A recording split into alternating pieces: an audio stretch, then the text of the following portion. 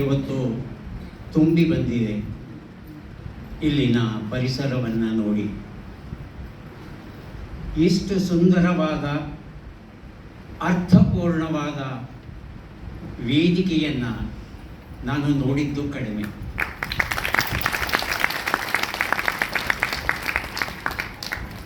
ಸಾಮಾನ್ಯವಾಗಿ ಕಾರ್ಯಕ್ರಮಗಳನ್ನು ಬೇಕೋ ಬೇಡವೋ ಅನ್ನೋ ಲೆಕ್ಕದಲ್ಲಿ ದೀಪ ಹಚ್ಚುವುದರ ಮೂಲಕ ಉದ್ಘಾಟಿಸುವುದನ್ನು ನಾವೆಲ್ಲ ನೋಡಿದ್ದೇವೆ. ಆದರೆ ಇಲ್ಲಿ ದೀಪವನ್ನು ಬೆಳಗಿಸುವುದರ ಜೊತೆಗೆ ಸರಸ್ವತಿಯ ಆರಾಧನೆ, ಕಲಾದೇವಿಯ ಆರಾಧನೆ ಎಲ್ಲವೂ ನಡೆದದ್ದು. ಒಳಗೆ ಬರ್ತಾ ಇದ್ದ ಹಾಗೆ ಮನಸ್ಸಲ್ಲಿ ಒಂದು ಮಧುರ ಭಾವ, ಭಕ್ತಿ ಭಾವ ತುಂಬಿಕೊಳ್ಳುವಂತ ಈ ದೀಪಗಳ ಸಾಲು, ಎಷ್ಟು ಸೊಗಸಾಗಿ ಹೂಗಳ ಅಲಂಕಾರವನ್ನ ಮಾಡಿದ್ದಾರೆ. ಬಹಳ ಬಹಳ ಅಪರೂಪದ ವೇದಿಕೆ, ಅತ್ಯುತ್ತಮ ಅಭಿರುಚಿಯ ವೇದಿಕೆ. ನನಗೆ ಹೃದಯ ತುಂಬಿ ಬಂದಿದೆ. ಈ ಕಾರ್ಯಕ್ರಮಕ್ಕೆ ನನ್ನನ್ನು ಆಹ್ವಾನಿಸಿದ ಸಂಸ್ಥೆಯ ಎಲ್ಲ ಆಡಳಿತ ವರ್ಗದವರಿಗೂ, ಅಧ್ಯಾಪಕ ವರ್ಗದವರಿಗೂ, ಪ್ರತಿಯೋರ್ವರಿಗೂ ನನ್ನ ಕೃತಜ್ಞತೆಗಳನ್ನು ಸಲ್ಲಿಸ್ತಾ ಇದ್ದೇನೆ.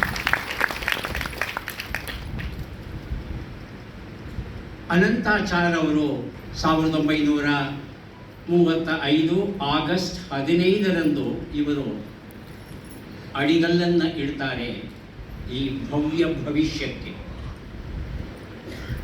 MA ಪದವೀಧರರು ಆದರೂ ಸಹ ಬ್ರಿಟಿಷರ ಅಥವಾ ಮಹಾರಾಜರ ಊಳಿಗದಲ್ಲಿ ಕೆಲಸ ಮಾಡೋದಕ್ಕೆ ಅವರಿಗೆ ಇಚ್ಛೆ ಇಲ್ಲ. ತಮ್ಮದೇ ಆದ ತರಕಾರಿ ವ್ಯಾಪಾರವನ್ನು ಆರಂಭಿಸ್ತಾರೆ, ಯಶಸ್ಸನ್ನು ಗಳಿಸ್ತಾರೆ. ಒಂದು ಘಟ್ಟದಲ್ಲಿ ಅವರಿಗೆ ಅನ್ನಿಸುತ್ತೆ ಶಾಲಾ ವಿದ್ಯಾರ್ಥಿಗಳ ಜೊತೆ ತನ್ನ ಅನುಭವ ಬೇಕು ಅನ್ನೋದು. ಆದರೆ ಮುಖ್ಯೋಪಾಧ್ಯಾಯರು ಹೇಳ್ತಾರೆ, ತರಕಾರಿ ಮಾರೋನು ನೀನು, ವಿದ್ಯಾರ್ಥಿಗಳಿಗೆ ಏನು ನೀನು ಮಾರ್ಗದರ್ಶನವನ್ನು ನೀಡಬಲ್ಲೆ ಅಂತ ಉಚ್ಛಾಯಿಸಿ ಹೇಳಿದಾಗ ನೋವಾಗುತ್ತೆ. ಆ ನೋವಿನ ಹಿಂದೆಯೇ ಒಂದು ಛಲ ಹುಟ್ಟುತ್ತೆ. ಆ ಛಲವೇ ಈ ಆಚಾರ್ಯ ಪಾಠಶಾಲಾ ಎನ್ನುವ ಈ ಒಂದು ಬೃಹತ್ ಸಾಮ್ರಾಜ್ಯ ನಿರ್ಮಾಣಕ್ಕೆ ಭವ್ಯವಾದ ಅಡಿಗಲ್ಲನ್ನು ಇಡುತ್ತೆ.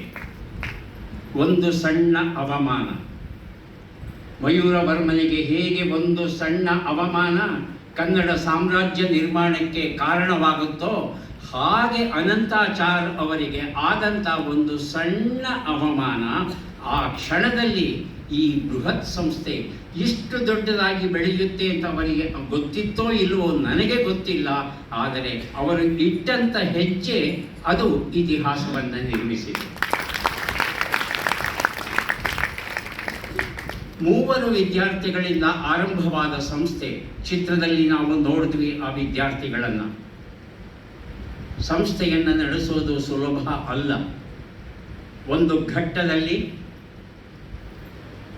ಪಾಠ ಹೇಳ್ತಾ ಇರ್ತಕ್ಕಂಥ ಅಧ್ಯಾಪಕರಿಗೆ ಸಂಬಳವನ್ನು ಕೊಡೋದಕ್ಕೆ ಹಣ ಇಲ್ಲದೆ ಇದ್ದಾಗ ಶ್ರೀ ಅನಂತಾಚಾರ್ ಅವರ ಸಹಧರ್ಮಿಣಿ ನರ್ಮದಾಬಾಯಿ ಅವರು ತಮ್ಮ ಒಡವೆಗಳನ್ನು ಕೊಟ್ಟು ಇದನ್ನು ಮಾರಿ ಅಧ್ಯಾಪಕರಿಗೆ ಸಂಬಳವನ್ನು ನೀಡಿ ಅಂತ ಹೇಳಿದಂಥ ಘಟನೆಯನ್ನು ಕೇಳಿದಾಗ ನನಗೆ ನೆನಪಿಗೆ ಬಂದದ್ದು ನಮ್ಮ ನಾಲ್ವಡಿ ಕೃಷ್ಣರಾಜ ಒಡೆಯರ್ ಹಾಗೂ ಅವರ ಸಂಸ್ಥಾನ.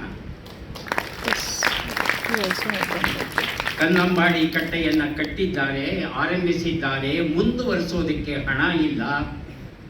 ಆಗ ರಾಣಿವಾಸದವರು ತಮ್ಮ ಖಾಸಗಿ ಒಡವೆಗಳನ್ನು ಮಹಾರಾಜರಿಗೆ ಕೊಟ್ಟು, ಜನ ಕಲ್ಯಾಣಕ್ಕಿಂತ ಈ ಒಡವೆಗಳು ದೊಡ್ಡದಲ್ಲ, ಇದನ್ನು ಮಾರಾಟ ಮಾಡಿ ಬಂದ ಹಣದಿಂದ ನೀವು ಈ ಜನಪದ ಕೆಲಸವನ್ನು ಏನು ನೀವು ಆರಂಭಿಸಿದ್ದೀರಿ ಅದನ್ನು ಮುಂದುವರಿಸಿ ಅಂತ ಹೇಳಿ ತಮ್ಮ ಒಡವೆಗಳನ್ನೆಲ್ಲ ಕೊಟ್ಟಂಥ ಪ್ರಸಂಗ ಏನಿದೆ, ಆ ಪ್ರಸಂಗ ನನಗೆ ನೆನಪಿಗೆ ಬಂತು ನರ್ಮದಾಬಾಯಿ ಅವರು ತಮ್ಮ ಒಡವೆಗಳನ್ನು ಕೊಟ್ಟಾಗ.